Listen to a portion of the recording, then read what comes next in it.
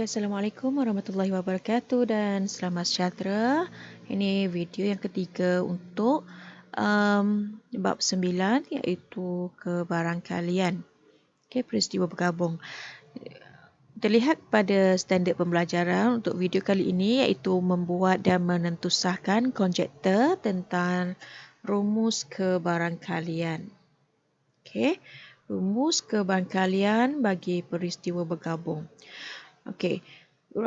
Yang mana rumus kebarangkalian peristiwa bergabung? Okey, kita tengok terus kepada formula dia ataupun rumus dia iaitu ini adalah rumus dia. Okey, kebarangkalian peristiwa A dan cikgu highlightkan perkataan dan kat sini. Ada perkataan dan di sini, ini adalah kata kuncinya. A dan B sama dengan kebarangkalian A bersilang dengan B. Okay, A bersilang dengan B. So, kebarangkalian A bersilang dengan B sama dengan, kita boleh carikan kebarangkalian peristiwa A darab kebarangkalian peristiwa B. Okay, so cikgu ada kat sini, kalau kita tengok buku teks awak, kita boleh cuba explore rangsangan minda 3 ini. Okay, untuk lebih faham lah. Okey, so kat sini eksperimennya dia melambung sebiji dadu adil dan sekeping shilling adil serentak. Okey, kalau kita tengok, kita bincang tadi dadu dengan shilling dia tak saling berkait, maksudnya tidak mempengaruhi antara satu sama lain. Jadi ini adalah peristiwa tak bersandar. So kalau cikgu kita akan lengkapkan dulu jadual ini. Okay, kita lengkapkan. Kalau kita tengok dadu tu, kesudahan yang mungkin bagi dadu banyak, betul tak? Iaitu 1 hingga 6. Kesudahan yang mungkin bagi shilling hanya ada 2 iaitu angka ataupun gambar. Okay, jadi kalau kita senaraikan dalam set notation, okay, mungkin akan ada yang data yang tertinggal. Jadi kita boleh gunakan jadual untuk kita senaraikan dia. Okay, contoh macam mana nak senaraikan dia, kita buat kolom macam ni. Okay, tak kisahlah kolom sama ada dadu kat atas atau shilling kat tepi, tak ada masalah. Cuma bila kita nak masukkan dalam ni, kita ikut urutan ya.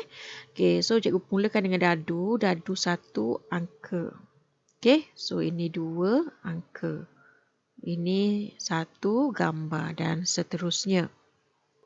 Okay, jadi cikgu dah senaraikan semua set ruang sampel yang mungkin bagi kedua-dua peristiwa ini. Okay. So sekarang kalau kita tengok soalan A, 4A nyatakan ruang sampel bagi uji kaji di atas. Okay, ruang sampel kalau dia suruh senaraikan, maksudnya awak kena tulis macam ni. S. Okay, S tu untuk ruang sampel. Sama dengan, okay, letakkan set notation. So nampak tak ini kita letak bracket. Okay, satu ni letak bracket dan masukkan dalam ni. 1A, bracket, koma, 2A, 3A dan seterusnya. Jadi, kamu punya ruang sampel tak tertinggal lah.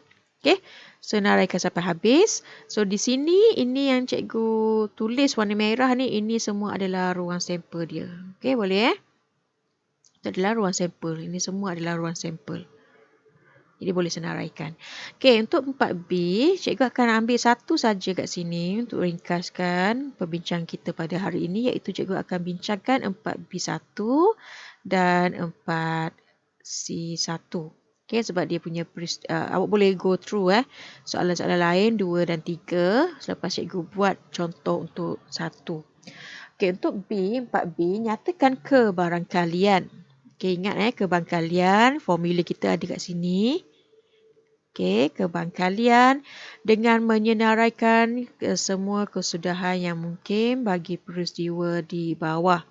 Okay, so yang pertama ni, okay, iaitu peristiwa mendapat nombor genap dalam lambungan dadu dan angka dalam lambungan shilling. So, ini mendapat nombor genap dalam lambungan dadu dan angka dalam lambungan shilling. Okay, kita tengok kepada jadual yang kita buat tadi. Okay, kita kata dadu dan angka. Kata kunci dia dan kat sini maksudnya dia, kita boleh cari serentak kat sini. Mana dadu dan angka? Okay, jadi kita tengok kolom ini saja. Okay, dadu dan angka. Mendapat nombor genap. Nombor genap bagi dadu dan angka bagi lambungan shilling. So, kita boleh nampak nombor genapnya adalah 2, 4, 6. Okay, nampak cikgu highlight warna kuning itu adalah nombor genap dan juga serentak dengan itu adalah mendapat angka bagi lambungan shilling. Jadi soalan disuruh senaraikan kan? Nyatakan kembali dengan menyenaraikan semua kesudahan yang mungkin. So, kesudahan yang mungkin bagi peristiwa nombor 1 ni adalah 2A, 4A, okay, dan 6A. Boleh? Jadi kalau kita nak cari kebangkalian, okay, mendapat peristiwa A contohnya kat sini, ataupun peristiwa gabungan, betul tak? Okay, peristiwa mendapat nombor genap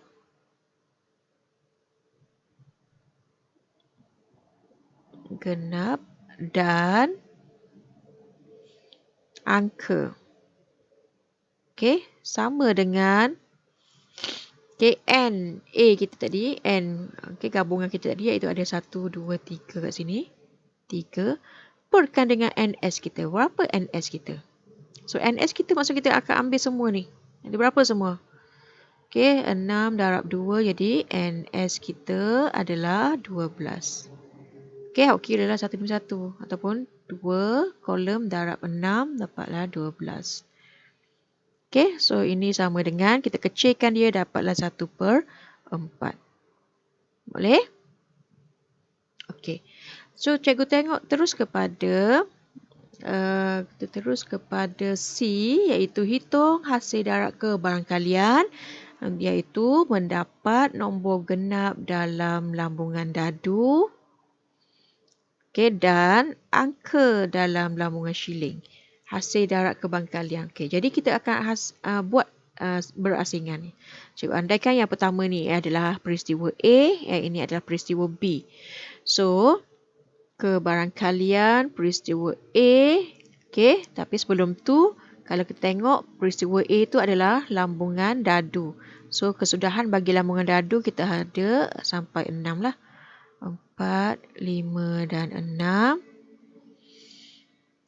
Okay, so kebangkalian mendapat nombor genap dalam peristiwa ni adalah 2, 4 dan 6. So, ada berapa bilangan dia? Ada 3. Perkan dengan jumlah semua, bilangannya ada 6. So, ini sama dengan 1/2. Okay, kat sini tak boleh letak A lah sebab cikgu letakkan A itu adalah, A ni adalah peristiwa mendapat nombor genap dalam balingan dadu. Okay, so ini bukan A, ini adalah S kat situ. Okay, so yang kedua untuk peristiwa B adalah peristiwa B. Kebangkalian B adalah mendapat angka. So, kita tengok kesudahan yang mungkin kalau kita baling sekeping shilling, kita akan ada angka, dapat angka ataupun gambar. Betul tak? So, peristiwa mendapat angka adalah 1 perkan jumlah kesemuanya adalah 2. Okey? So, sekarang kita masuk dalam formula iaitu nak cari hasil darab. PA darab PB. Okey, kebangkalian mendapat A darab kebangkalian mendapat B sama dengan 1/2 darab 1/2. So, ini sama dengan 1/4. Boleh. So, sebenarnya apa yang cikgu buat ini adalah sebenarnya soalan yang sama. Kalau kamu tengok soalan 4B dan 4C itu adalah soalan yang sama. Cuma soalan 4B dia menyenaraikan serentak. Okey? Dia maksudnya kat sini ada berlaku serentak. Okey, kita kira serentak lah.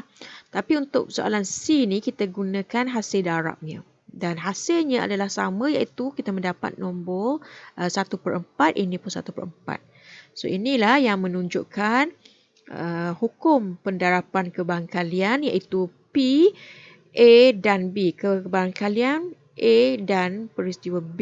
Okay, dan kat sini kita highlightkan kenapa? Sebab simbol bagi dan kita boleh gunakan itu adalah persilangan. Untuk menunjukkan persilangan. Jadi, Kebangkalian peristiwa A bersilian dengan B sama hasilnya kalau kita cari kebangkalian peristiwa A darab peristiwa B.